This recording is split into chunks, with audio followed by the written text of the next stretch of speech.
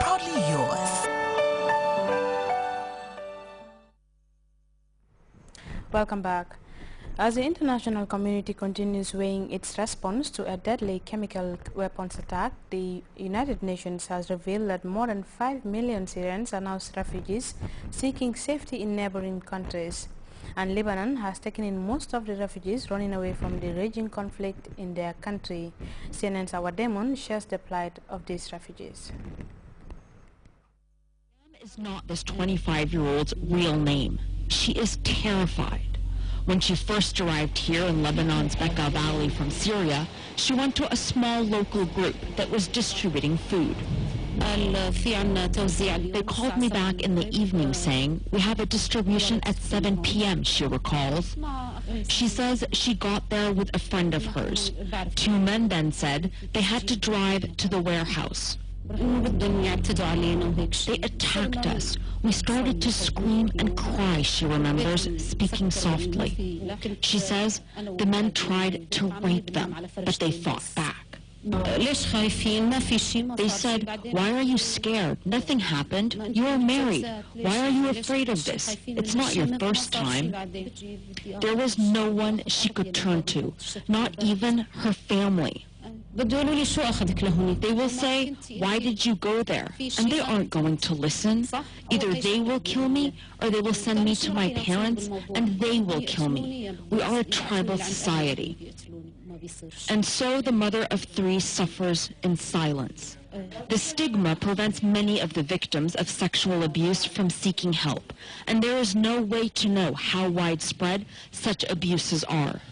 But as the Syrian refugee population grows, so too does the landscape for all forms of exploitation.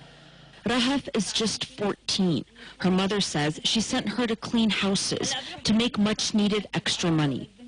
One day, 3 teens tried to corner her. She ran home crying.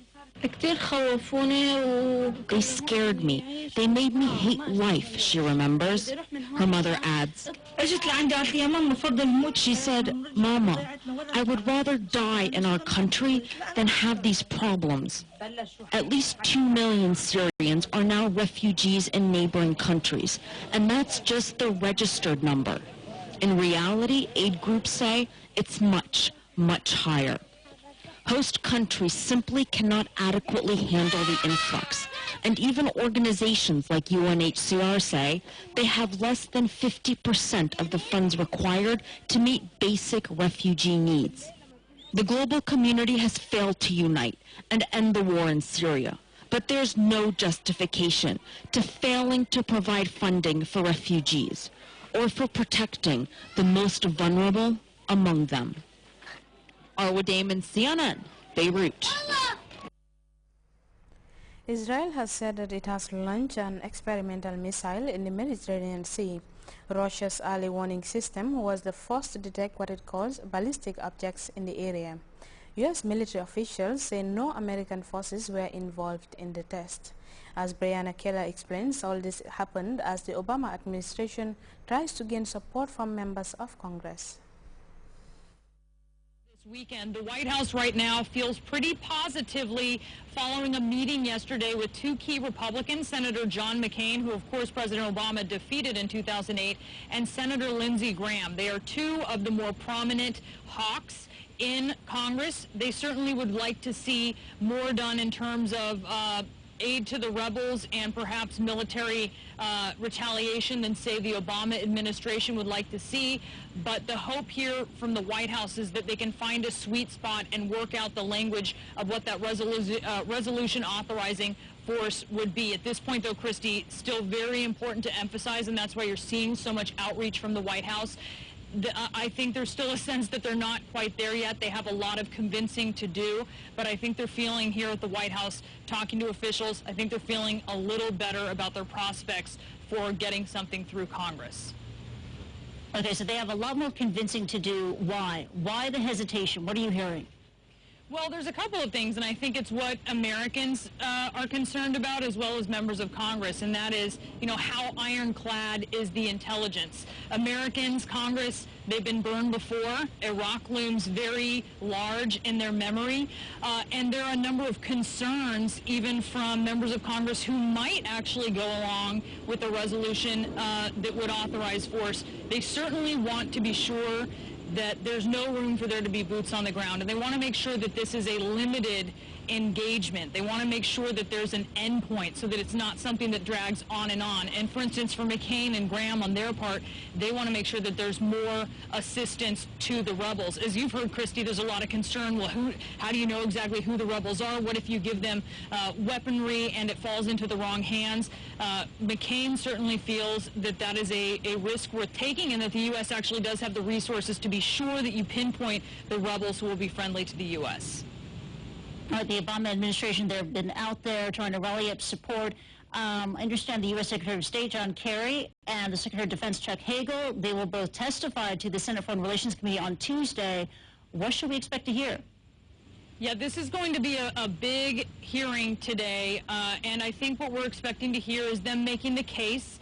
The headline of the case that the administration is making is, if Congress does not authorize the use of force, if a message isn't sent by the U.S., then it says not just to the Assad regime, but it says to Iran and it says to Hezbollah, go ahead, try us, on some of these policies that we have. We might just let you get away with it. And that's really, I think, what you see the administration really pushing. Now, there have also been a number of classified briefings that explain the intelligence the U.S. government has to support the fact that chemical weapons have been used and that it's the Assad regime using them. I think there is a lot of skepticism over that. I don't know if we're going to get maybe to the very heart of that just because of the classified nature of some of that, Christy. Japanese Prime Minister has announced that his government will spend close to $500 million to tackle the toxic water crisis at the crippled Fukushima power plant. About $320 million will be spent on freezing the ground around the reactors. As Paula Hancock explains, the move is expected to be a short-term solution. Workers, and they're hoping this is going to allay the fears that the domestic audience has. But of course, this is also for an international audience. The Japanese Prime Minister is very well aware that people around the world are watching the constant mishaps and the constant drip feed of bad news from the Fukushima nuclear power plant very closely indeed. And of course, when this highly toxic water is seeping into the Pacific Ocean, going into international waters and affecting other countries, he understands that something needs to be done. But of course, what many people in Japan and around the world are asking is, why did it take so long for the Japanese government to get involved? We went onto the streets of Tokyo and asked what people thought. Although TEPCO is responsible, I think it is difficult to rely on a single company to deal with all these issues. This is something that is going on in Japan. If we are to tackle this issue as a nation, the government should take the lead. It irritates me. TEPCO's late reactions and its nature to keep things hidden is very wrong. I fear for the children and the people in the next generation, and also for eating the contaminated fish that has been exposed to tainted materials. And after 2.5 years, we are not moving forward. We were stuck at where we were. So I think they should bow our heads and gather the world's intelligence and counter this issue as their first priority. Now, some Japanese media is also questioning the timing of this announcement by the Japanese government.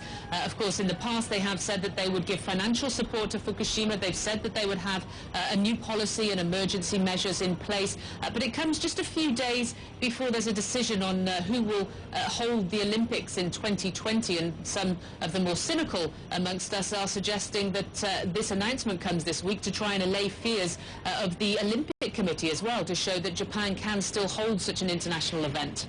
Christy? Yeah, the timing is very curious indeed. Now, the government...